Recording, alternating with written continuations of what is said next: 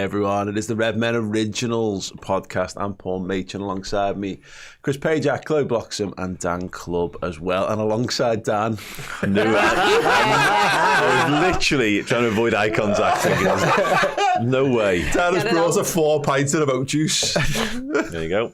Emergency oat milk, that. Tried to keep it out of shop. Tried to not make a big deal out of it. You came to the wrong place. Can't have nice things. Came to the wrong place. Right, so we've got plenty to get through today on the podcast. A lot happened in the world of Liverpool since we were last with you guys, including a Merseyside derby. And obviously we beat Wolves, and we're going to be looking ahead to a massive, massive week for Liverpool in terms of their title ambitions. But I just want to draw everyone's attention to some bits and pieces that have been going on this week. My weekly vlog is due to go out 4 o'clock today on Mates TV. Anyone who saw us on the watch along last week dicking about doing a musical Redmen, the behind the scenes of idiotic idea. What stupid idea that was, Chris Pajak. Ridiculous. Why? I'm so glad I wasn't here. Amongst some other bits. Yeah, if Dan was fuming, I can't even begin to imagine how cross Chloe would have been. Moved. I would not have moved. We are very similar in that. It would not have happened. I'd have looked at you as if you were dickheads like you are, and then told you to pack it in. Most of my fume stem from wanting to work. Is that an indictment on me? I wanted to just sit there and crack on with my actual job, and I was fuming having to get up. That's the part. Who can be arsed? That'd be my problem. I thought it was a ridiculous idea as well. Paul, idiot. Yes. Can't imagine who possibly came up with that one. But if you want to know the true story of it, check out the Mates TV vlog this afternoon. Dan. Hello.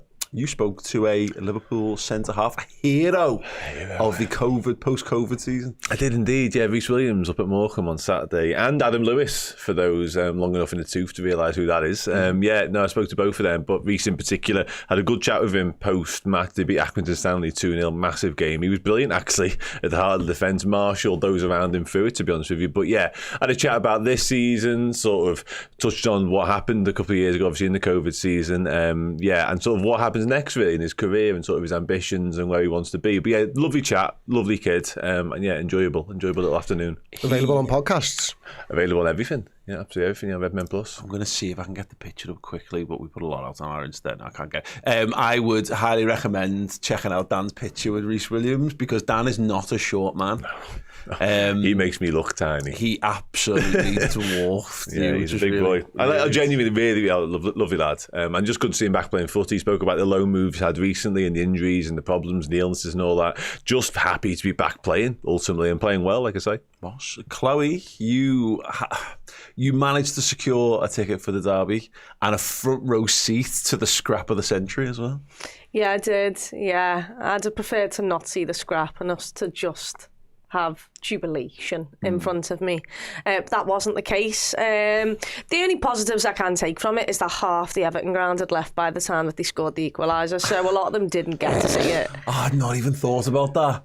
It was a bit like Phil Jagielka. I remember Phil Jagielka's screamer against us, and there was 2 Everton fans behind me in the Annie Road end, by the way, and they got off and told everyone to F off approximately 3 minutes before Jagielka scored that worldie, and that is the only positive I can take from Wednesday.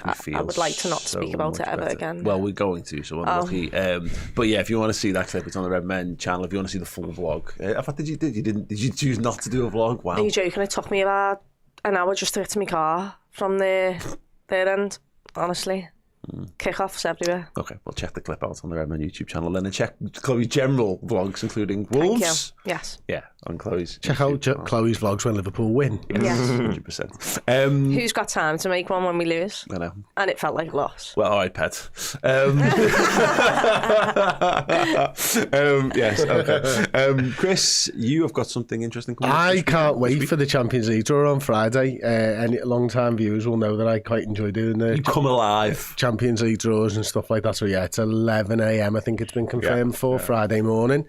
So we'll be live. Change my day off, especially to be here. Can't wait for it, to be honest with you. You've got a date with fake Ranieri. Fake Ranieri go way back. Way back. Yeah. Okay, cool. Let's do it then. The Merseyside derby. Just to kick things off, Chris. it was so much annoyance and disappointment and anger and emotion that came out of that game. And we had a good old chat about it on the night. But I since I had days and days to sit in it, I was speaking to people at the ground.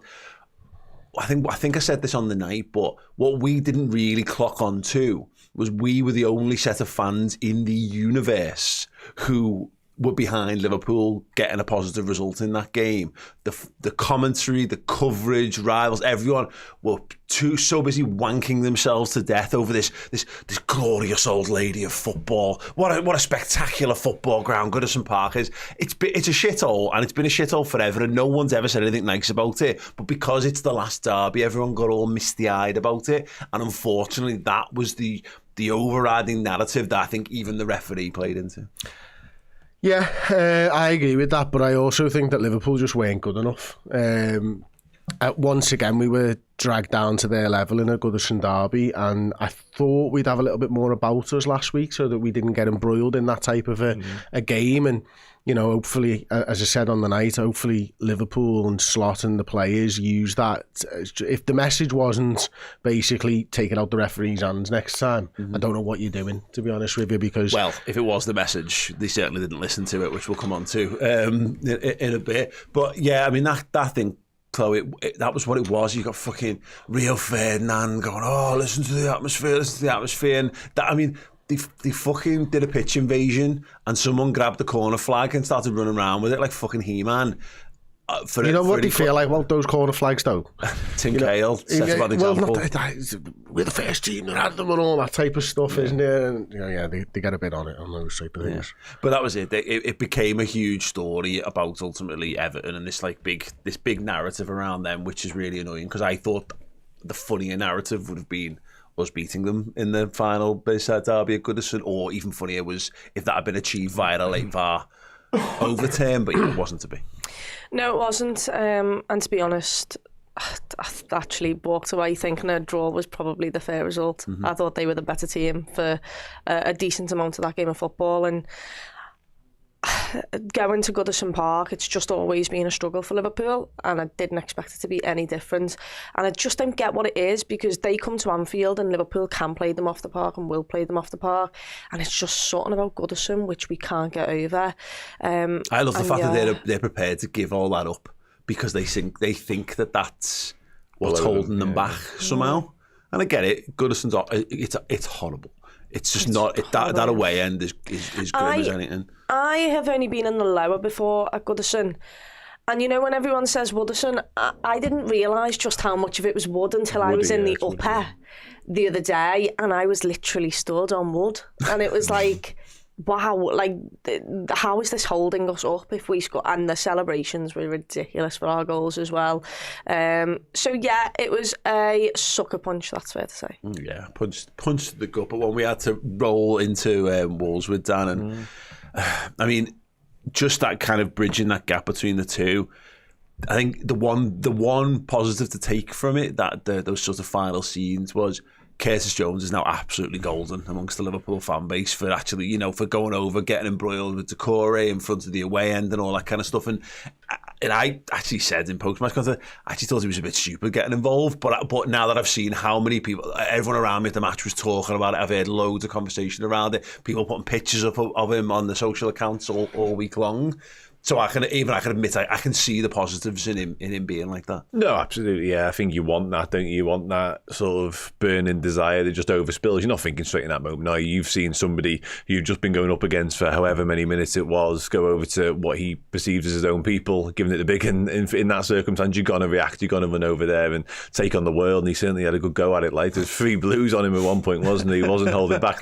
And he will, in my eyes, rightly be heralded and regarded as a hero for that, because I like that passion. I think Arne Slot said similar. I think he said similar about himself as well, actually. He might like to handle his own emotions a little bit differently next time around, but you can't buy that sort of passion, desire, and that want and willingness to fight. And that's something that Slot was big on post-match, actually. I think he was quite positive about how we handled ourselves in the sort of the closing stages, albeit obviously with the sucker punch of the goal and not the result we would have wanted, of course. But in the circumstance, I think he's been at pains to sort of stress how difficult the circumstances were in the final 15-20 minutes of that. I think he was actually quite pleased with our fight and courage that we showed, and it was epitomised by Curtis' fight at the end. Yeah, absolutely. I was listening to Five Live after the game on the way home on that night, and John Blame was on there. I don't know if anybody else heard him talking about it. Obviously, John's involved in Toffee TV and stuff, and he was paid, just to go back to the stadium thing that you mentioned before, he was pains to stress how he believes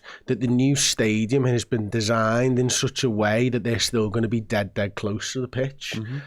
And I was quite shocked at that. That's the first time anyone's ever mentioned that. Now, I've not been on and looked at the blueprints of the stadium at the moment or anything, or since in any way, shape or form, but that is not in keeping with what I know about modern football stadium at all. Because I'm very much like you, where I'm thinking, You're going to lose it. This might hurt you for quite some time, because you're losing the advantage that you've got. If you go to a big pitch, which is more in keeping to an Anfield size pitch and stuff like that, I think, Liverpool will be better in those derbies, and, that could propel us further up league tables, because there's an extra fixture where you kind of expected to win again. Yeah, no, it's exactly that. And I they've definitely been saying this for a while, because I think there's learnings from the West Ham thing, isn't it, which couldn't be like they're a running track, to be fair. Oh yeah, we just won't put a running track in. Good one. Yeah. He wants to run on the Mersey. Yeah. Ridiculous.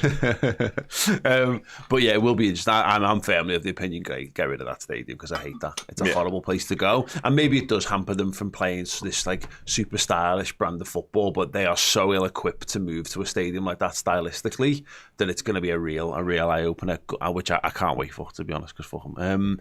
Right, okay, Wolves. Chloe. Everyone just wanted this game to be a straightforward win. Chris predicted it in the little water stadium. A 2-0 be great. I think we were all in agreement. Just make this a game of football that you win.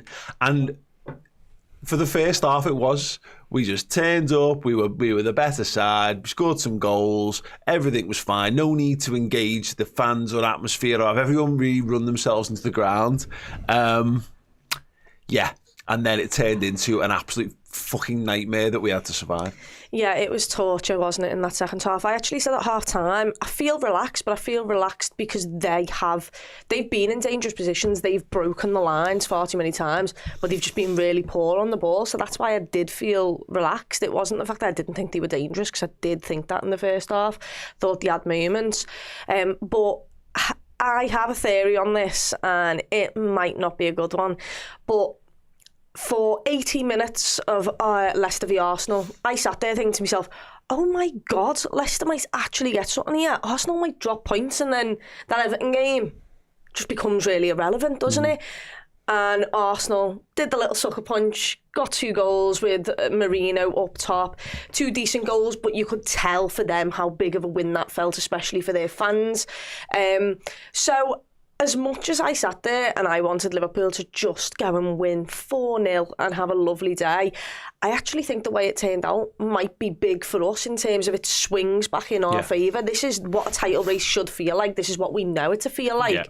And for 45 minutes, Arsenal fans, any of the rival fans there would have thought, my God, they're about to blow a 2-goal lead here against Wolves, who are struggling this season. And Wolves are a dangerous team. And I think anyone would have looked at that game and thought, they've got the likes of Cunha playing, maybe, just maybe, something could happen here. And for 45 minutes, Liverpool were on the ropes. We had to dig deep and we had to crawl over the line. I mean, that Quansah clearance in the last couple of minutes, they had chances which they blaze over the bar. I think us winning like that is a bigger knock to the opposition, and that doesn't help us because we've got Arsenal, we've got Aston Villa and City next, away from home. So on the pitch, it doesn't help us. But in terms of it swinging right back in our favour, I think it did, and I think I don't mind winning that way because it pisses off everybody else. Yeah, I agree with that thing of you've got loads of different ways of winning if you want to win the title, Dan. But just to add to Chloe's point, it wasn't just Arsenal fans and random other teams that thought Liverpool were going to blow it. I honestly looked around, but it felt prime for that. I've been there before when you can when the tide turns.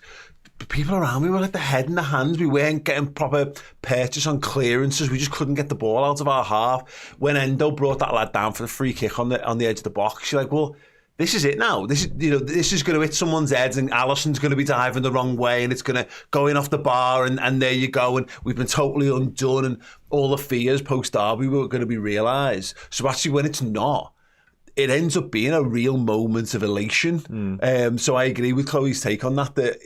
None of us would choose that to be our way this week to stick it up to fingers up to Arsenal fans or whatever. But it was that. It has its merits. Yeah, it definitely has its merits. How sort of real they are in terms of the team, I'm not certain, because I think in terms of momentum, we haven't got a lot of it because we were on the rope. So there was a real anxiety, a real nervousness. Virgil van Dijk spoke about the nervousness as well, and I think he could sense that. Andy Robertson could definitely sense it because he turned to the cop at one point midway through the second half. Just a shout out to Andy, if you don't want us to do that, just keep the ball for more than 5 seconds. Well, that was the problem, wasn't it? It was sort of bleeding into the crowd. Well, we were unable. He needed it back to Alisson, and it was a wonderfully cool bit of defending from Robertson. But everyone, what are you doing? A lot of people shouted back pass. I was like, that's not how back passes work, but that's fine.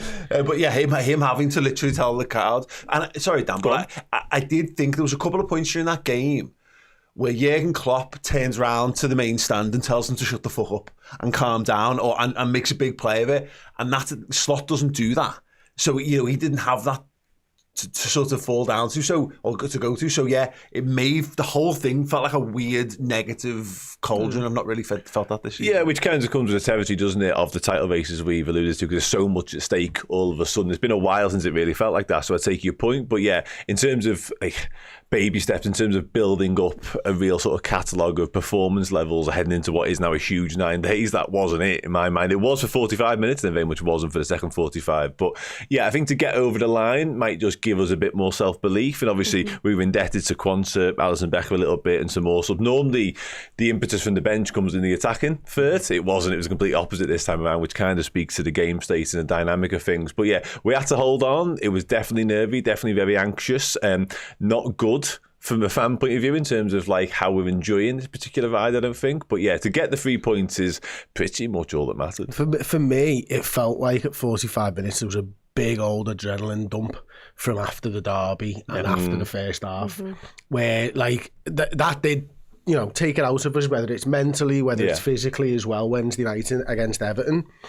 So for them to be able to go, oh my gosh, it's going to happen again, and stop that, I think is what Chloe's point is, to be able to go, no. And I think Arne Slot probably saw that coming, because the Endo sub, I remember sitting there after the game with you, being perplexed that we put Jota on 88 minutes against Everton. That sub really did my head in, because we'd had that conversation on Wednesday, and I disagreed. I thought we made the right sub against Everton, and then we made it against this, and I was going, what the fuck are we doing here? I disagreed as well, because it was far too early, because he told everyone who was playing, we're holding on now for 20 minutes. And I for someone who wanted Endo to come on at 88 and then saw Endo come on at 70, I was like, no, don't do that. We need to get out. Now, the sub worked. Endo was, I thought, good in that regard and stuff like that. Can I ask the question? He was given man of the match by the Liverpool account. What?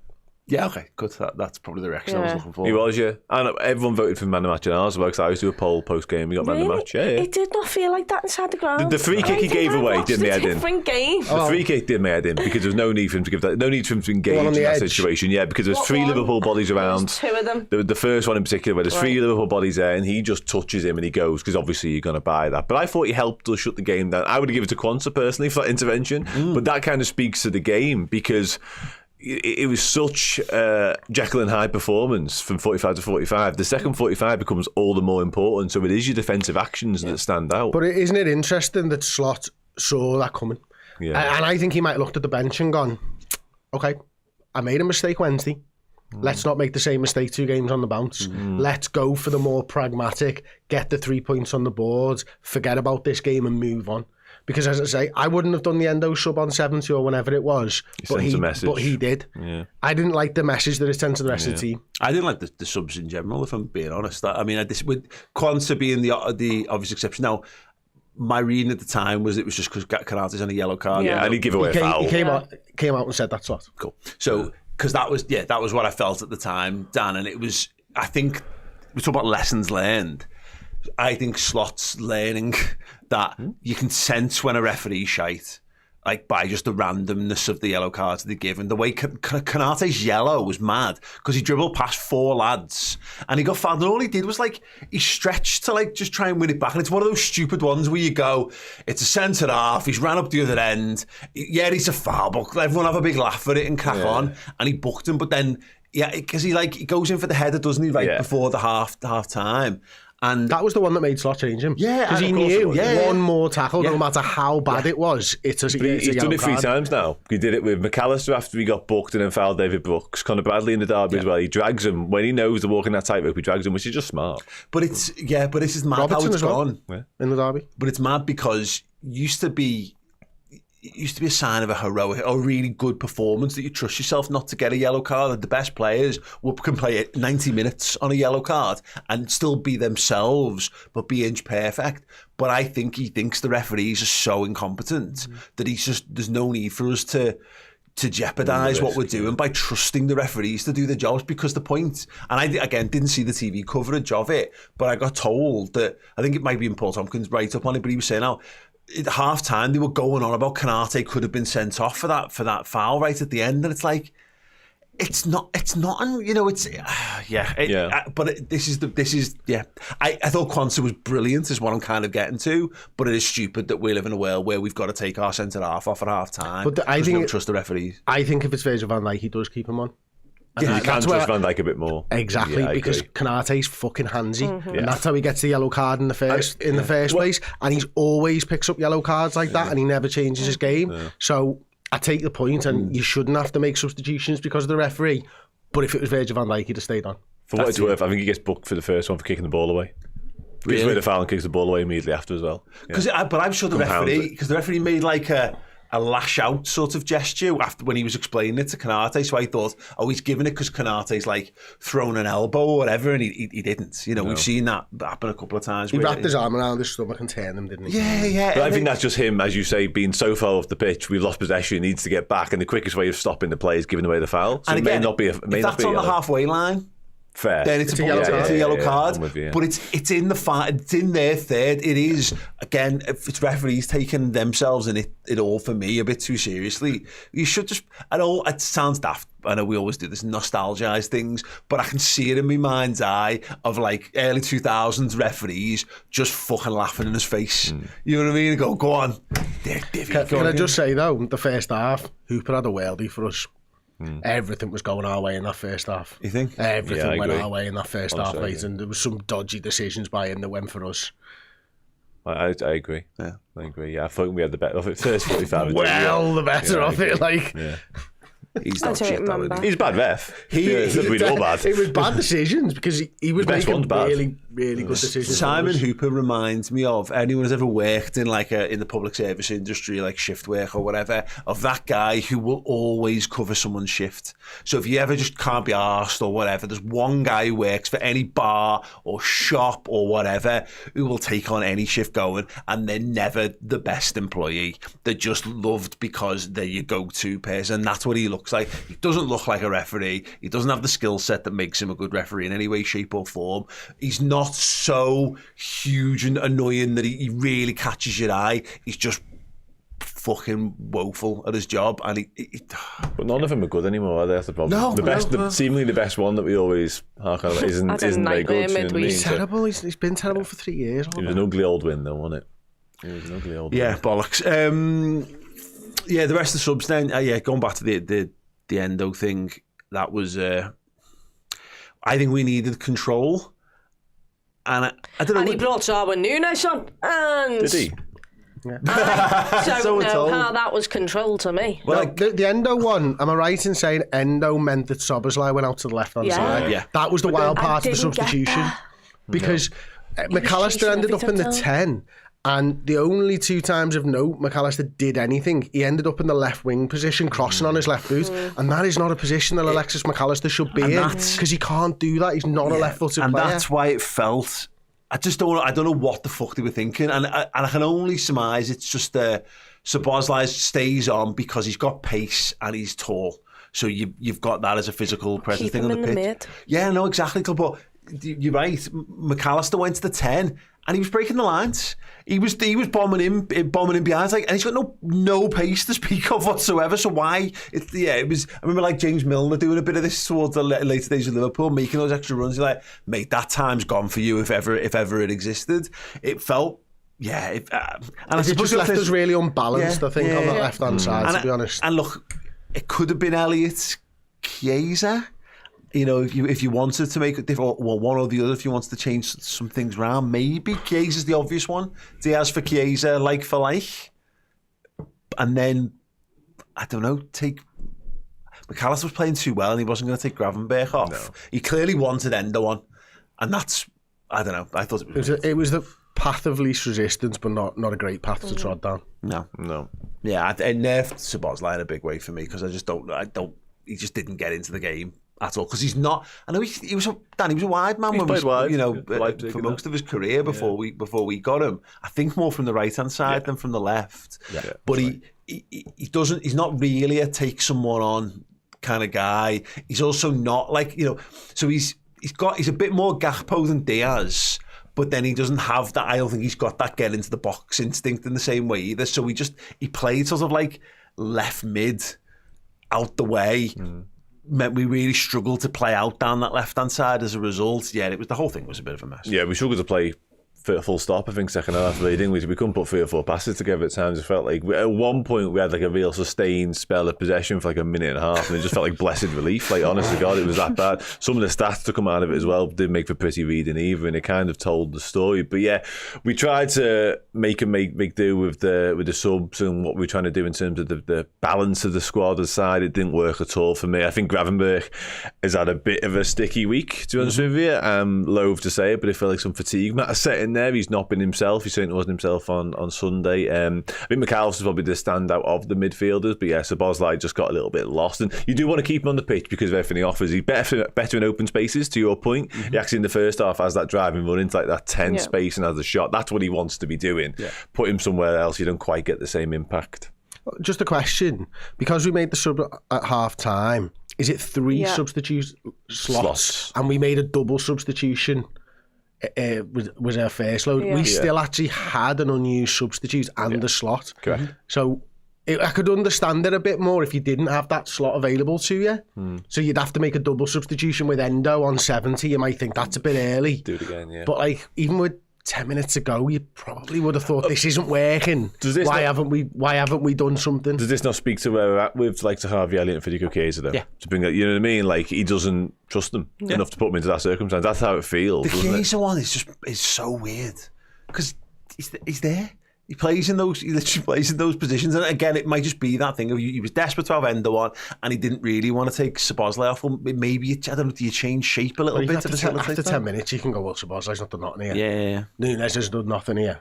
But he knows he can trust him to get back and put in the shift and help out, so he keeps him on the pitch. He clearly knew, to speak to your point about Endo earlier on, he clearly knew the way the game was going. For whatever reason, exactly. He had a good sense of we were going to be under the cosh and really scrapping and fighting for our lives. I don't hate, because we haven't been like this since the first couple of months of the season, of this thing of, we're winning, so we'll win. You know what I mean? But whatever it takes, we'll just get to 90 minutes. We're in the box seat here. We don't need to score any more goals here to win this football match. We just need to not concede anymore, and I'll be laughing. So I don't hate that, but it feels like a long time since we've had that attitude. It's only in this season, but it feels like months and months. And in hindsight, we can look back at it and go, it was absolutely the right thing to do. But we've done it with more swagger than that, I think it's fair to say. A bit more panache. Ultimately, champions do win, but we've definitely looked far more secure than we did. That was a real, edge of your seat final 10-15 minutes. That. And again, it probably, I know we weren't great for the whole of the second half, but like, you have the Salah disallowed goal, don't you? Then you have the Jota penalty decision and stuff like that. And after that, there was nothing going. Chronologically, it's the Salah disallowed goal first, right? Yeah. So, this is the thing. It's a moment of magic. Trent just plucks that pass out of absolute thin air. Salah goes in. It's a wondrous finish, and if that goes in, the game's done. And you're going, great job done. We don't need to exert ourselves in the second half. We'll romp to victory. Okay, disallowed. Okay, we'll take our licks. The Jota pen, shocking. Yeah, what a knobhead. just finish the chance and don't put me through the torture for however long was left. What a tit. Just I couldn't believe it wasn't a foul, to be honest. I haven't seen it live. Couldn't believe it wasn't a foul. Yeah, I thought it in was the a foul on the ground, it just looked like he'd wiped him clean out. And everyone's like, VAR, like, clear. The lad's even gone off injured. Like, you think that he's taken a knock by wiping him out. I mean, he's tried to. Yeah. But also, Jota, he could let it run across his body and finish it on his left foot. He then Diaz cuts in, and the ball is right there to be hit. Like, he doesn't need to go down. Did he do this against Newcastle? last He'd season? gone round the keepers, Dubravka in goal. I want to say, might have been Dubravka or Pope, one of them. He'd done the hard bit, gone round him, seemingly was getting on the end of it. And then I think in that instance, he felt like his touch was a bit too heavy and just getting away from him. The angle might have been tight. That was when he took a step and then went down, Yes, wasn't it? yeah, Which we got a penalty. We all went, yeah, definitely a penalty. And the more we watched it, went, okay, well, yeah, fine. On first viewing on this one, I knew it wasn't a pen straight away. You can just tell he initiated the contact. The contact doesn't arrive unless Jota just flings his left boot out towards him very late on. I can't explain it, as Chloe says there. He can let it run across him, finish left footed. He's got Diaz to left of himself. If he wants to leave it, go all the way through. He's done. He sold him. He's chopped back. He's absolutely sold the defender. He's then eyes the goalkeeper, white to the goalpost, etc., etc. Could have cut inside, unleash a right foot shot. Doesn't. Decides to, for some reason, wants the contact, take the contact, hit the deck. And he's normally so clinical and so decisive in these situations. I can't get my head around his decision. Is he just trying? Is he just playing the game and he's trying too hard to play the game? And by the game, I mean, like, be a prick. Or just be ruthless and do what you're supposed to do and put the ball in the Yeah, back look, of the net. I don't think anyone would ultimately, accuse Jota of not normally being He's the that kind of guy. person who wants to get the shot off. But also, like, you're not taking the pen anyway, so Exactly. it's not even like you're gonna go and get the goal. You're just handing Salah another goal. But that's my point. It's almost. I wonder whether in the split the second he's gone, I can get a pen here, and a pen, it's going to be Salah, that's going to guarantee us a goal, and then we're done here, and then we can all have the rest of the afternoon off. But the problem is you've then got to make sure you actually get fouled if you're going to do that. So yeah, I don't know. I think he should have just thought, I can kill the game off because I'm Diego Jota, and usually in this box I am lethal as hell. That's his home. That's where he does his best work. And how many times have I seen him cut inside and absolutely have a play it off and finish it? Like Arsenal, we talk about that one. Even Chelsea, where he somehow bobbles through a load of lads and put it in the back of it. Like, this is what Jota is all about. Like, you've done the hard work. I've seen Luis Suarez diving into Mansfield in the FA Cup, and my point is I agree. But I just think he's made the decision, and I think he thinks the shortest path here to guaranteed success is have this guy wipe me out. I get a penalty, and then it's fucking done, doesn't? And it's the wrong, hindsight being what it is, it's the wrong decision, it's a poor execution in getting fouled in the box and drawing the foul. And when you do that, you look like a bellend, don't you? Yeah. Because that's. Lucky not to get booked as well. Really lucky. Really hard. Yeah, dead right. We had a couple of them recently where it's like if it's not a foul, referee, by all means, feel free to go back and have a word about it. I wouldn't have had a single argument had he done so, to be fair. No. Yeah, interesting. Do anyone want to talk about Trent? I thought defensively, I thought he was actually quite good at the amount of times that they got into dangerous positions out wide, and he just put a really assertive foot in and took it away. Great. But I just on the ball. I mean, obviously he nearly created a wonderful goal for Salah, but on the ball, I thought he struggled. I thought there was issues with both fullbacks, to be honest, in that game. And yeah, I think you're right on the ball. I think he was poor. There was, I don't know, man. It's so difficult because of the style of runner that he is and the way that he moves around the pitch. I think opens himself up to criticism by being called lackadaisical and all that type of stuff. It just didn't look like he was on it. It just didn't look like this game mattered to him, and it didn't look like he was putting his effort in. I'm sure he was. I'm not accusing him of that, but that's what the optics to me looked like. And on the other side, I thought Andy Robertson was, terrible defensively, but okay on the ball. And it's like, well, if you could merge them together, we might have had a half-decent fullback performance between the two of them. Can I say, with Trent, because he's so talented, everything just looks easy and natural to him. Yeah. So it feels like he just doesn't have to try to do a lot of the things. What I will say right now on the ball, it feels like he's under pressure to pull out the most spectacular of things instead of just doing the simple shit. And when he does do the spectacular things, it's natural like that, like the Salah. He's got no time. The ball in the first half, back post, which is, I think it's tried to go to Diaz, it's on his left foot, and he literally cuts across and dinks it back post. And I think Jota has a shot that puts it past the post from there. Those moments, he's incredible. But I feel like in that game specifically yesterday, when things were going wrong and then he gets on the ball, it's like he feels too much pressure and it's like, I've got to go for the spectacle, I've got to get us in on goal, I've got to do the hard thing, where instead he should just calm it down and pass it out and get us calm again. And the exact thing to sum that up is 2 seconds before he gets hooked, he's literally gave them the ball and said, yeah, lads, have a run at our goalkeeper.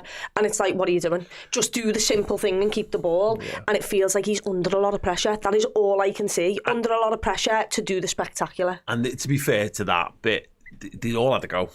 They all had a go at doing that. Every single person in our midfield and attack had a moment in that game where they went, how's about I just pass it to one of their lads and have them run at our defence for a bit? See what that looks like. Yeah, see what, let's try it. I've tried everything on the might as well try this and see what happens. They were all guilty of it, but Trent is the one that always draws the eye down because of who he is and what he is.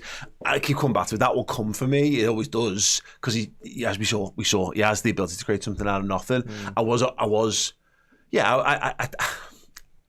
more pleased by the things because I worry about the defensive side of things. But the amount of times he did just shut the door was fine. But he was another example of one of our stars who didn't show up to the party in a particularly noticeable way. No, absolutely, yeah. Really sloppy, really losing possession. There was one in the first half where he tries to play a left-footed ball, tries to switch it over to Andy Robertson, gets it wildly wrong, and it's just intercepted by their midfielder and they're in on goal, more or less. So, yeah, and I think Chloe's right in terms of like his go-to, his get-out-of-jail card is often something wonderful and something not many other footballers on this planet can do. But when you're not having a day, that can be really difficult to execute, even for somebody as gifted innately as he is. And I don't mind it sometimes, because when you are under the cosh a little bit, suddenly a moment of magic from one of your best players can just alleviate all the pressure and away you go. We very nearly saw it with the Salah goal. Had Salah not been offside, we had a different conversation, aren't we? Because it's 3-0, game's put to bed, Wolves stop playing, they stop trying, they know their race is ran. And it is thanks to Trent's genius that we've managed to do that. But yeah, it wasn't his day. I think defensively, I think you're right. I think he was actually quite solid in testing circumstances. Quite a tough examination over there from Wolves. But yeah, sometimes you require what is fundamentally just a good, solid right back. And I think the pressure with Trent and all the eyes on Trent and the ire towards him is twofold, really. It's obviously what we're seeing on the pitch. It's Conor Bradley being good more often than not when he ever replays. And of course, it's the elephant in the room, it's the contract stuff. It all kind of manifests itself into being this big like microscope on him and every single thing he does. But we had this conversation with Man United, didn't we, a few weeks back? He could stop all that by just being better. Yeah, definitely. Go on. I think it's a bit like, if it's a pressure cooker, isn't it? Like, he has the ability to release the valve and let all the pressure out, that pass to Salah being it. But what happens when you can't? Yeah. It's just a fucking build-up and it keeps going and going and going and it feels like it's going to blow. And actually, that was the atmosphere. That's what we were like inside the ground there, because we never got that release that he normally provides. It got obviously horrible, but it was getting towards that sort of stage where nobody can do right, and actually then you're back to, when you've got your own crowd on your back, you're digging up against that as well, and that only adds to the pressure of I've got to deliver, and we find margins. All of a sudden it's not like, oh well, unlucky, we know you're brilliant, and if you can't make that pass, then oh well, it couldn't be made. To what are you? We lose trust in even the best players in those kind of environments. The only time we had any control in that second half, for me, I don't know where you probably would have seen this. It was right in front of me. It was probably the only time that any of the game was played at the Annie Road end of the stadium. And it were probably 15-20 minutes into the half, and Salah had the ball at his feet, and he looked at the back line and went, keep the fucking ball. And he stood there like windmilling his arm around, and we kept the ball for 2 minutes, and I was like, never seen Salah do that before. Like, where he's talking to everyone else. Normally it's a Virgil or a Henderson in the middle park, he's going, just keep the ball, keep recycling the ball, lads. It's stupid, like. The other thing I'd say though is that, like, how many players we sat here and said things didn't go right, that second half was awful, all these things.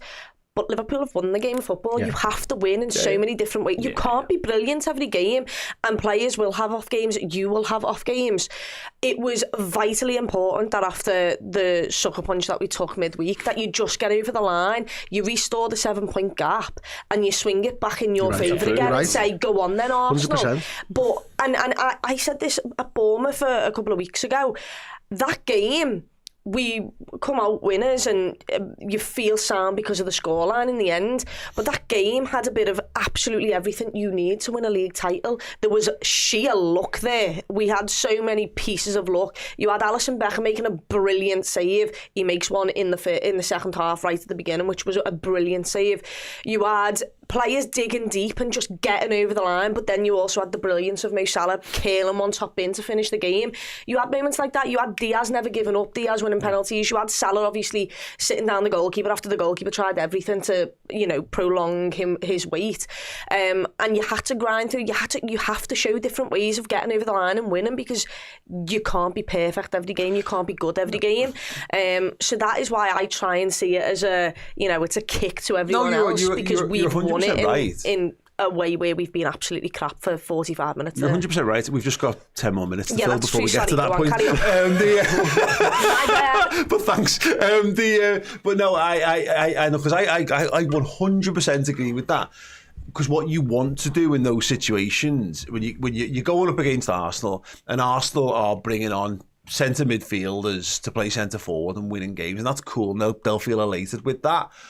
But they're busting out all their tricks, all their mad shit. It's like Magic the Gathering. They're throwing out fucking mad cards to fucking win all kinds of stuff, and we're just doing our thing no matter what. And that was there was a point of 2-0 where the net change was 0 over the weekend. The goal difference, the points, everything was exactly the same. And and that would have been absolutely fine, and we'd have done it without breaking sweat, but we didn't. We really had to sweat, and I agree. We'll see in the fullness of it, because you're right, that could have gone the other way. That threatened to be all the meltdown post-derby was the first step in Liverpool's title challenge unravelling. So you're dead right. We don't get to measure that just yet, but that felt like if we were going to throw it away, it was all there for us. It was all laid out. Lads, if you just want to say everything's against us and we're about to crumble in ourselves, that was your opportunity. So I agree. Being able to dig it out was a huge thing. And it goes back to the Endo stuff. Otaro Endo absolutely did my head in from the moment he came on that pitch. He was pissing me off beyond all reason, because he was half a yard behind everything that he needed to be. Instead of meeting something face on, he was pulling lads' shirts, trying to get around them, fouling people left, right and centre. But at the same time, he got his body in front of a guy right in front of me, right on the dead ball line, with the last meaningful action of the game. And once the referee blew for the free kick, the whole crowd erupts. Everyone who's in walking distance of Endo in a Liverpool shirt comes over and high fives him or gives him a hug. Alisson's giving it to him, Van Dijk and all that. And that was that's why he gets man of the match. It's nothing but pure vibes. But that 5 minutes at the end was as good as Bradley does a tackle, gets his name sung. Endo puts in that tackle. It was terrible that it had to be like that, but it was the best moment of the best 5 minutes of the whole game, and we scored 3 goals in it almost, because it felt like we had something to play. We were booing Wolves.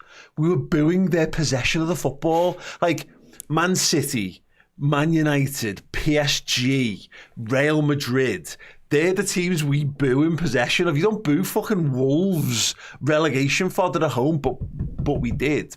And that's exactly what we're going to need. So yeah, I actually kind of loved it, even though it was a totally loathsome experience.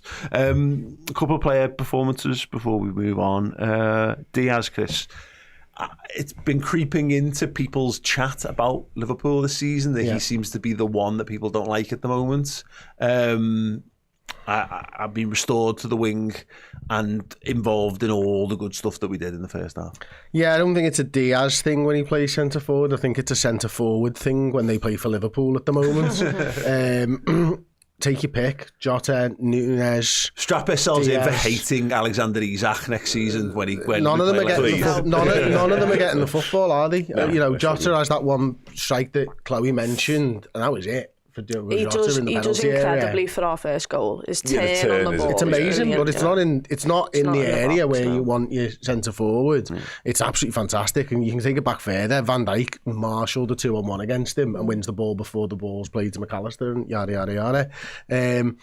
So I don't think it's a Diaz thing. I think he looked lively on the left-hand side. I think it was a bit of a strange week for him in that Diaz has ended up playing 90, I think it was, or close to, against Plymouth, am I right in saying? Then he ends up playing the derby, then he ends up playing this one. Didn't feel like his minutes were managed particularly well this week. So I wasn't expecting him to come out all guns a-blazing, but gets the ball over the line by... his belly button, or whatever it was. So yeah, all right, you know what I mean? And it's kind of just what you'd expect, isn't it? Diaz is on the left, he gets a goal again. He stretches teams, he makes things happen, Chloe. He worries the defenders, and I think with Cody Gakpo, and Gakpo does it, but I think in a much more subtle way. I think Gakpo's got great timing, and I know he's got that cut inside and shoot thing, which I think is more quite celebrated. But I always feel like Diaz is just causes panic in opposition defences because no one knows which way he's going to go and what he's going to do. And look, gets the goal by hook or by crook, wins the penalty as well. And if people are going to be critical of his overriding performances, I'd rather than be playing in his best position. And if people are being critical, then I have a fair judgment of him. But as Chris says, he's been doing a job for us at the number 9, and when it works, you don't even notice it because Gakpo and Salah have won us the game. But when it doesn't work, it's a little bit more. I think he gets probably more undue stick than he should have. Yeah, maybe. I think it's also because we know how many of our goals are produced by Mo Salah. And Cody Gakpo has actually really stepped up the plate in the last couple of months with getting on the score sheet. So it feels like you need Diaz to do that then when Gakpo's not there and Gakpo is injured. So someone needs to take the burden for him. When he plays as the number 9 against certain teams, when there's space, he is brilliant at it because, I go back to that Leverkusen game. At first, we couldn't really figure it out, and it felt like, Jonathan Tah. Jonathan Tah was fine with Luis Diaz playing in front of him, and then Luis Diaz goes, "Sound, I'll run off the shoulder of you then." And Jonathan Tah can't deal with him at all, and he goes on to get a hat-trick in that game. And like you said there, the first one from Jota into Diaz, he does well, and he tries to find Salah, and it's a great pass to Salah, by the way. And he follows it in. He doesn't stand still. He keeps moving, and he ends up getting on the end of it. His determination is great. He does not give anything up, and he's like a yard dog at times in terms of like he'll just keep annoying you and annoying you and annoying you until he gets something. He kind of did that in the derby in the sense of like he just kept running into lads, giving away fouls, but he just kept doing it to annoy you. And then the second one, the penalty, he gives the defender a little bit of a shrug, doesn't he? But once again, he's chasing down a ball. He gets there first. He wins us the penalty. And yeah, it's one of them where he's not a number 9, so you shouldn't sit here and try and criticise him for doing that. He's kind of doing a role for us. There's clearly a problem with Slot trusting someone else to do that number 9 position. Maybe... What? What are you talking about? And also, I don't think he trusts Jota to stay fit. That's another thing. So he kind of has to do that, and Gakpo's moved him into that position by being so good on the left. So hopefully we'll see the best of him again, because at the start of the season, he was absolutely phenomenal. It's an interesting one just in terms of his goal output, Dan. So Diaz has got 13 goals in all comps. That's our 3rd highest goal scorer of the season. Gakpo's 2nd on 16. But actually, in terms of Premier League goals, Diaz has got 9 and Gakpo's got 8. Now, it's if you look a little bit deeper into that, Gakpo's scoring more from League Cup games and what have you because he's playing more in them at the start of the season. Yeah. Diaz has played more. I'll get it up just to double check this, but Diaz was far more the preferred left-hand side player in the first half of the season, so it probably kind of sort of balances out.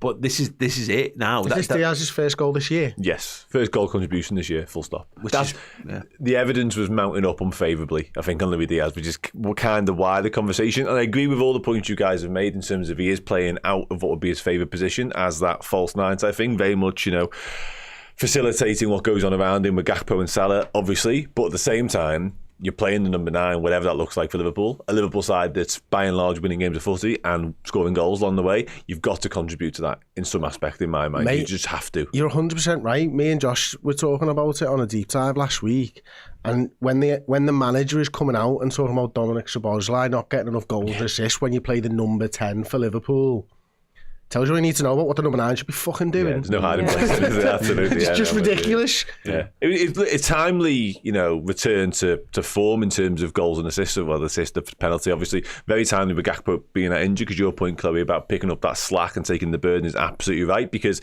Gakpo's done that. Like, as brilliant as Salah's been, Gakpo's been chipping in a lot more recently. The numbers are the numbers, and Diaz potentially just slightly edges them, but they're so skewed and so heavily weighted towards the start of the season compared to recently. Like, Diaz hasn't done this for a while now, this year, but even sort of, if you look a little bit further back than that, it's been not a drought, but it's been slow for some time. It was a damn quick start as well. Rapid start. Start was unbelievable. And the start looked like we might be looking at 20 goals plus potentially in terms of the league itself. That's not going to happen, is it? So it's slowed up dramatically recently.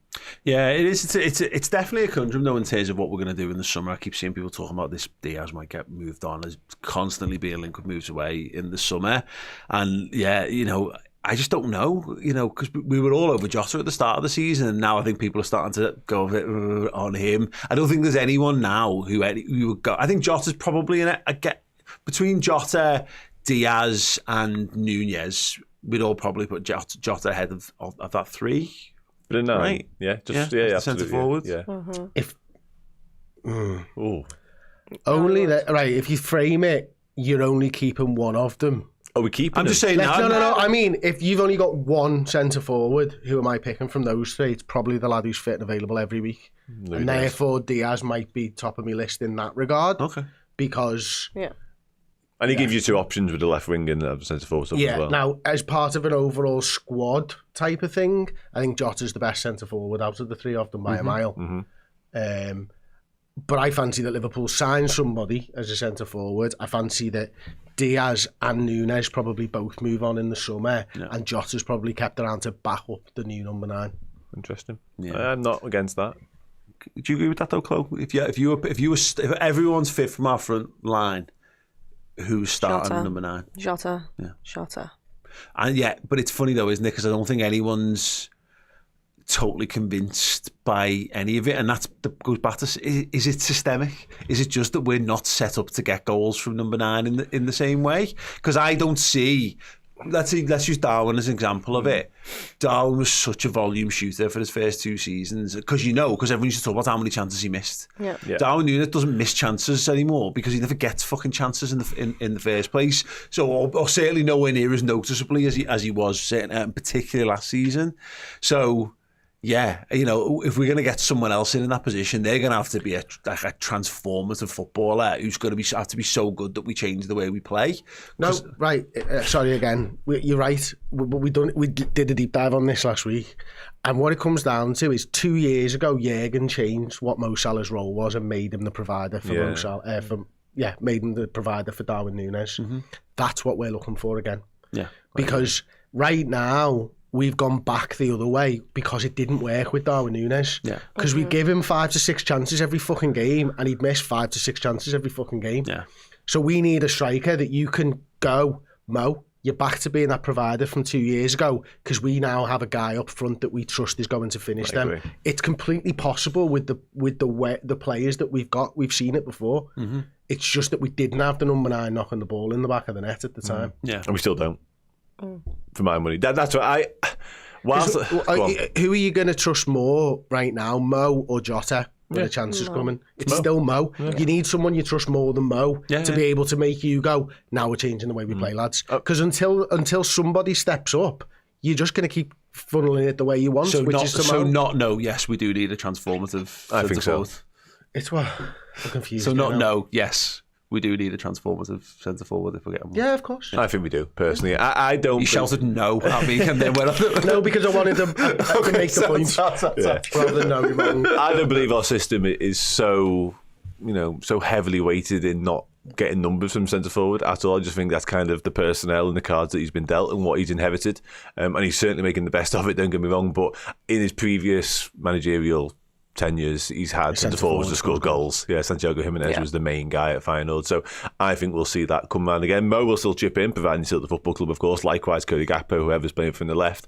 But a lot more is to come from whatever the centre forward is. I think there'll be a lot more to the job than just sticking the ball in the back of the net. It won't be quite as dramatic as what you see Erling Haaland do, just be that cold-blooded finisher, but still there's more to come in there. But it goes back to the conversation of we're taking the number 10 back out of this conversation when we do this, because I wonder if you then need to change your 10, if you've then got a centre forward who's leading the line as opposed to dropping deep. Because is Szoboszlai the kind of midfielder do you need? Does that need to be more of a De Bruyne / Foden type? If you get me, if you that guile and that a creative number 10 as opposed to a more of a physical number 10. He's at the club. Harvey Elliott, yeah. If he's still at the club, yeah. But it is weird how this is obviously the first version of Arsenal/Liverpool, and again, make the point again, it's working absolutely brilliantly, but it doesn't feel anything like the finished article. This is the Iron Man Mark 1 suit where he's making it out of bits and pieces that he's found in a cave. Which is, to be fair, in Liverpool sense, a very, very good cave full of very, very good pieces and parts. But it's not you sitting in front of a blueprint and going, here's everything I want to make the ideal version of what I want. So, yeah. And the thing is, it's Liverpool. So will he ever get that? Probably not. There'll be compromises made all over the place along the way, for better or for worse. But yeah, you are right. But it goes back to the unknowns of what we know. And I still feel like the unknowns of what we know. Yeah. I like it. Diaz right now, my understanding is he probably wants someone more like Diaz if we stay playing the way that we do play. But if he wants a number 9, does he want the best of someone with Jota, like Jota was at the start of the season? Because that makes sense as well. Is Diaz just that accent that he's fallen into because it's working, or is that him clawing for that type of forward? The former. There is no way to know until he does it. Right, okay, listen, we'll wrap up on that and go on to part 2 in a second, talk about Villa and Man City away. But the most important thing, 7 points clear at the top of the league. Feels like we're not happy with that, because of the derby and because of the way in which that was secured at the weekend. 7 points feels really precarious. Anyone else feel like that? Or yes, they felt precarious. Yeah. If it wasn't for Alisson Becker, it would have been very, very precarious. Just unbelievable. It's because it's not 7 points, it's 4 points. And that becomes, you know what I mean? Like, there's the psychology of, instead of saying we're 7 points clear, because Arsenal had got the points on the board already, there was very much that thing of well, what if it's 4 points and then we go to Villa and then we go to City and then we've got Arsenal the cup. have to play us. Yeah, and then we'll have Arsenal. All I think it was match of the day. We're going. One of the post-match commentaries was saying, Arsenal want to get to a position where they're 3 points behind when they play Liverpool. And I'm like, that's a pretty shitty time for Liverpool between now and then if we're gonna work our way into that position. Like, Jesus Christ. Anyway, right, short break from us. Thank you so much for joining with us so far, and we'll be back after this. Hey everyone, in December we give away a shirt signed by Kenny Dalglish. In January we give a shirt signed by Ian Callaghan away. Well, it's February and we've got another signed shirt to give to one of our wonderful Redmen Plus Legend subscribers. This time it is signed by not one but 2 icons of the football club. This is a Rome 1984 shirt signed by 2 of the men who won the European Cup for Liverpool on that day. You've got Ronnie Whelan and you've got spaghetti legs himself, Bruce Grobbelaar. If you want to be in the draw to win this, simply go to redmenplus.com. Join us as a Legend subscriber. Get access to all of our amazing extra content in video and in podcast forms. And yeah, you get loads of perks. You get access to the Discord. You get free merchandise. You get discounted merchandise as well. But if you do it today, by the end of February, you'll be in the draw to win this signed shirt. Ronnie Whelan, Bruce Grobbelaar. Get yourselves involved right now. Hey everyone, we were just having whispers about Alex Isak and how excited that would be. Yeah. If you just get Isak and Gordon and you were like, get Kerkers and Chris like, honestly, I'd just shake hands at Isak. I'd love a left back as well. I'd love Kerkers as well as Isak. But I would, if you just said it was Isak on his own, I'd be happy with that. Yeah. Right, okay, they're conversations for another time. This summer's going to be wild, by the way, absolutely wild. For better or for worse again. So Aston Villa midweek away from home. Villa are 9th in the Premier League, 6 points behind 4th place Manchester City, which is very much not insurmountable. How many points from Villa to Everton? Is it 8? Everton are currently on 30 points, so yeah, 8 points. That is mad, that is. It's crazy. They were battling for top 4 like a week ago. They'd still argue they are. No, yeah, they'd Well, yeah, argue. you are right, yeah. How But high they're do you also think in the Everton can next round of the finish? Champions League. Well, how How high do you think Everton can finish? Europe on the cards? Because Europe could go down to it could go down to 8th though, couldn't it? Or maybe even 9th, I want to say. Well, they're 9 points behind Fulham in 8th. I mean, Come on, we'll do Everton. We've got a whole Sorry, show yeah, dedicated to talking about football. I didn't pick it up. Yes, Aston Villa. Aston Villa are weird. Dan, they're a weird football club. Everyone, I think, expected them to do a bit more. They've had a little bit of similar to Newcastle, although they've had a better Champions League campaign, which has probably actually added to all of this. Ollie Watkins scored again at the weekend, which is good for them. Obviously, John Duran's gone. They put more of their eggs in more utility forwards around as opposed to having 2 centre forwards available to them. The Marcus Rashford thing is going to be hanging there. That's, I'm not looking forward to Rashford versus Trent again. That could well be Watkins and Rashford in the same side, 2 lads that always give us a fucking problem. nightmares, yeah. They've got runners, they've got legs, they've got ability. But you're right, they have been struggling, I think it's fair to say, with the demands of Champions League football, plus Premier League rigours as well. But yeah, they've got goals. They've got goals in that side, which is always makes any team a threat. With Rashford, with obviously Asensio now, Marlon, obviously Watkins, as we know. The John Duran thing is a John Duran thing. I'm quite glad to see the back of him, to be honest with you. But yeah, they're a proper side and at home, and they probably know, they're probably more acutely aware than anyone of how they've not quite been at it in recent weeks. So they're going to want to put in a performance, certainly with us coming to town, potential Premier League winners at some point further down the line. So yeah, it's not a game that fills me with any sort of real positive feelings. My only positivity, actually, I said this earlier on, I'm going on Wednesday, and the only other time I've been to Villa Park was you won the league. So if omens are your thing, it's looking good. But yeah, difficult game. Do you want me to ruin that? I went last year, we didn't win. I don't think I've ever seen us lose at Villa Park. Oh no, tell you, we did 5-1. the mad child game in the League Cup, which doesn't count. I was there for that as well, yeah. Yeah, but that's, whatever. Harvey Elliott's tricky Reds. Yeah, very much so. Yeah, very much so. The 13th in the form table as well, Villa. They just can't string any sort of series of wins together in the Premier League whatsoever. But they have gone into the market. They have picked up some interesting sides. It's the Rashford thing, Chris. I really want him to be an absolute non-story, and there's a chance to make him that. I mean, they might even not use him, but that will be a subplot to all of this. Is Rashford there, the mank? They'll somehow lay claim back to this player that they've ruined if he was to have any sort of impact on our title challenge. It's Villa Park. I do love Villa Park. We've got some great memories of that. But Villa City away. I mean, do we know when Slot's band's going to come in as well? Well, he needs to respond by Wednesday, so he should be. I think he'll be okay. Yeah, it'll be City and Newcastle, won't it? And Shipka Hulshoff will be City as well, I imagine. So it'll be Johnny Eitinger's Tricky Reds on Sunday. I think that he's gone into smoothing overdrive, hasn't he, over the last sort of week or so. Slots, he's trying to just get. I'm totally in the wrong. Yada yada.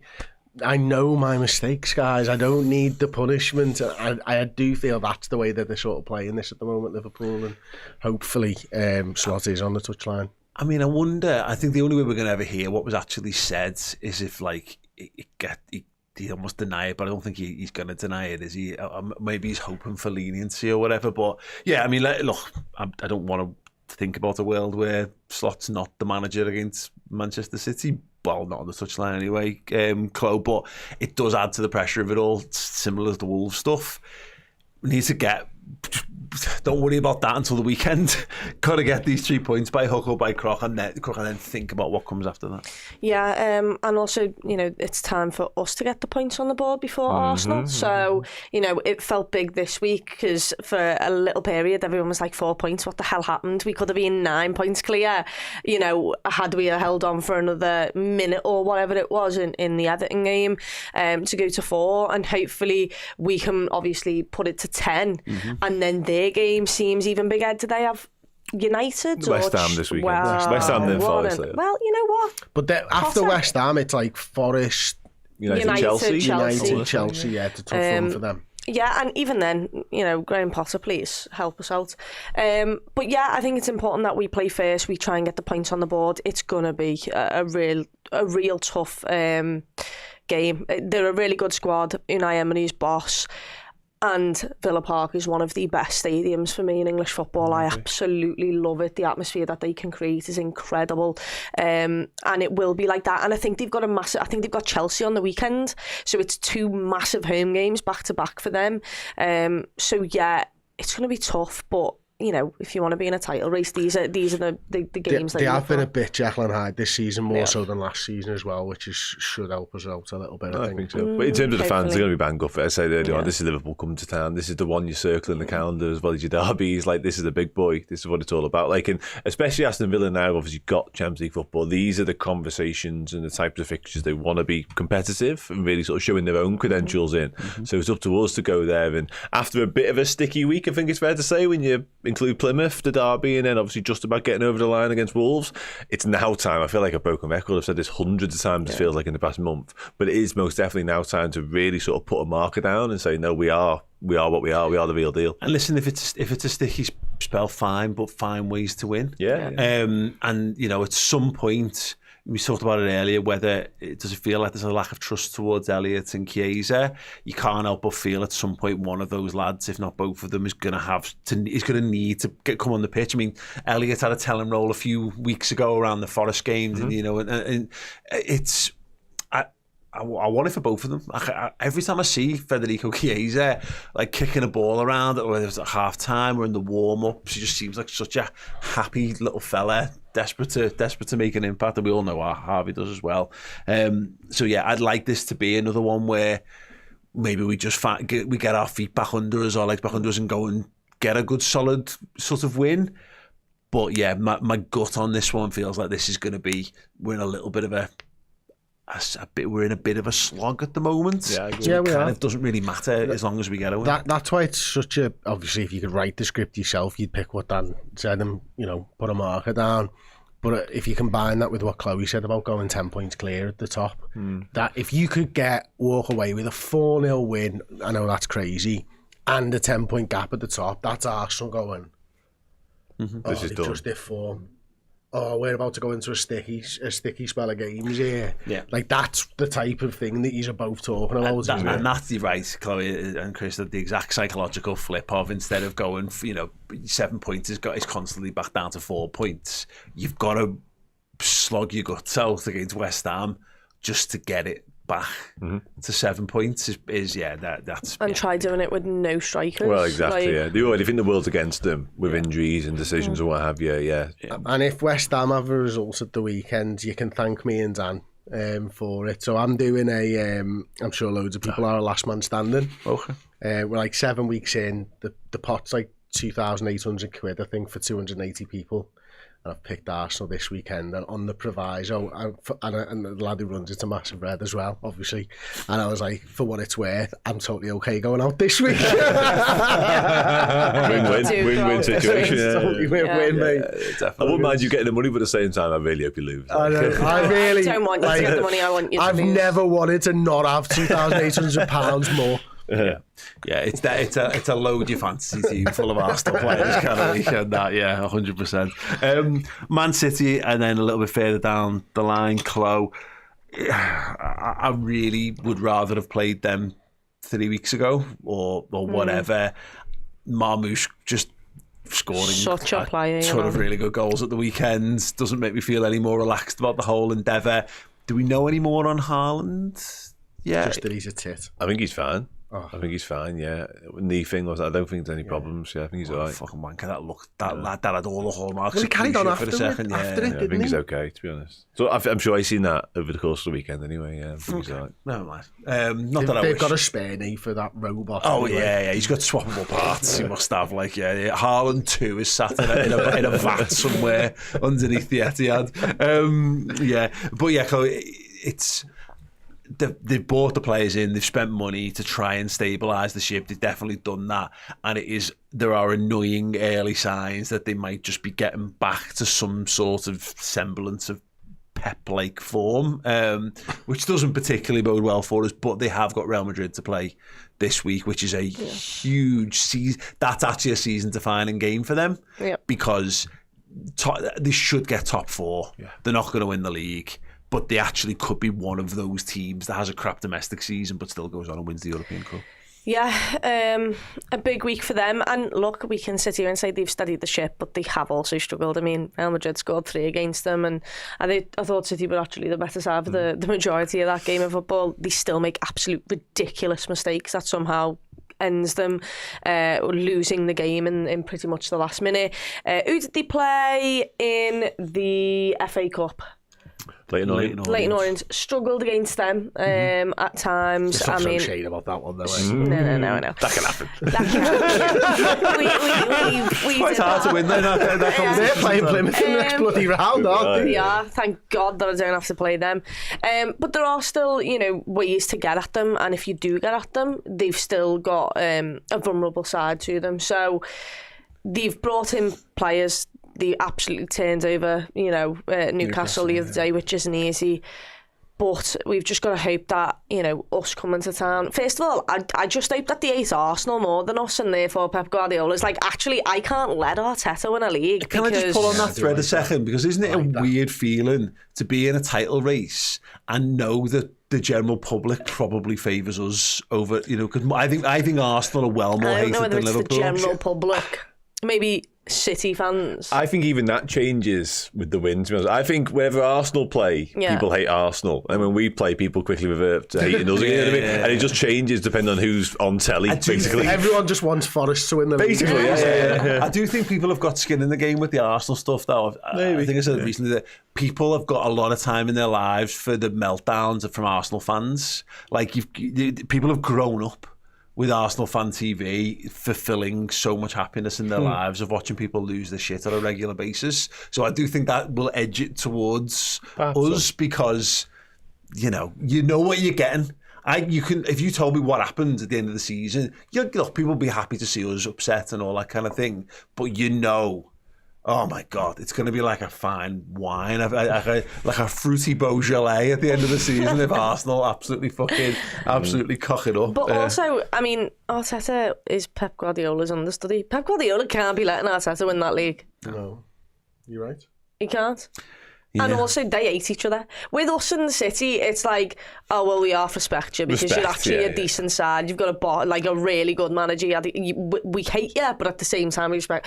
Arsenal and City just absolutely can't stand each other. On this, obviously, we've got a whole Villa game to get through before we get to that stage, of course. But who's shaking hands on 4 points from the 2 games? No. I need 6. No, I won 6, and Nobody does 1-6.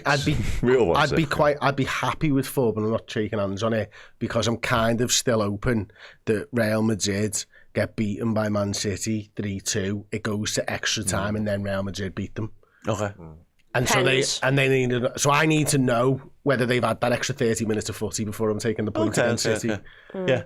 Okay, yeah, that makes sense. I mean, this is the thing for me about this having a lead, is that I think we all want the lead to continue to go in one direction, and that is to say 10 points, 13 points, so on and so forth. But sometimes you might have to take a bit of a step backwards. And Everton was annoying because that ended up...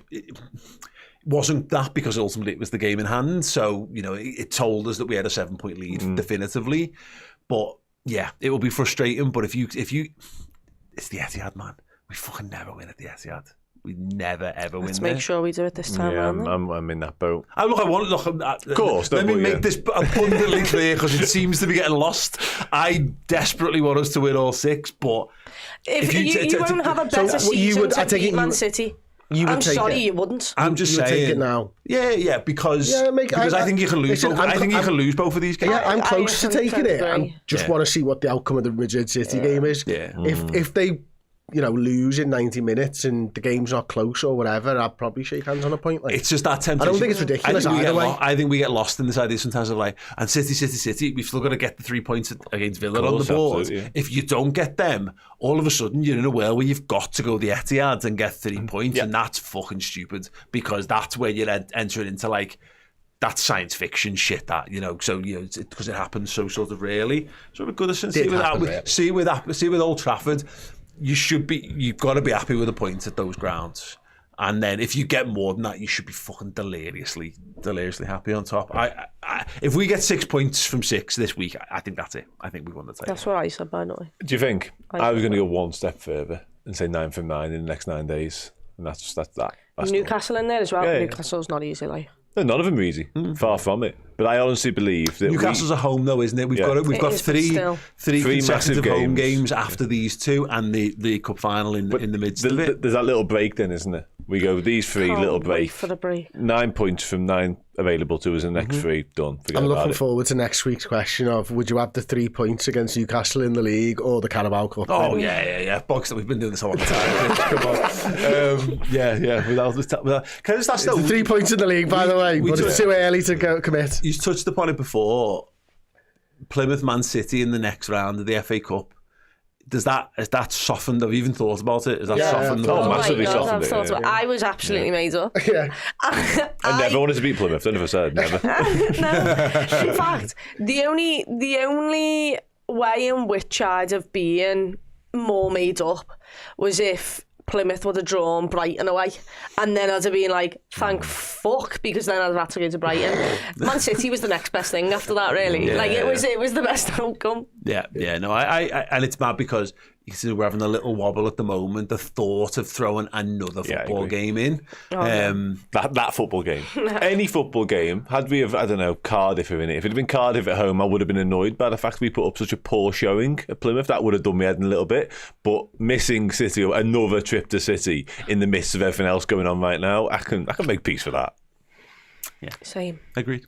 Okay, we're going to carry on the conversations over on the Bias Football Show over on redmenplus.com. We're going to be talking about Manchester United being even worse than Everton, quite definitively at this stage of the season as well. David Moyes' boys were ahead of Spurs and United going into to that last game of the weekend.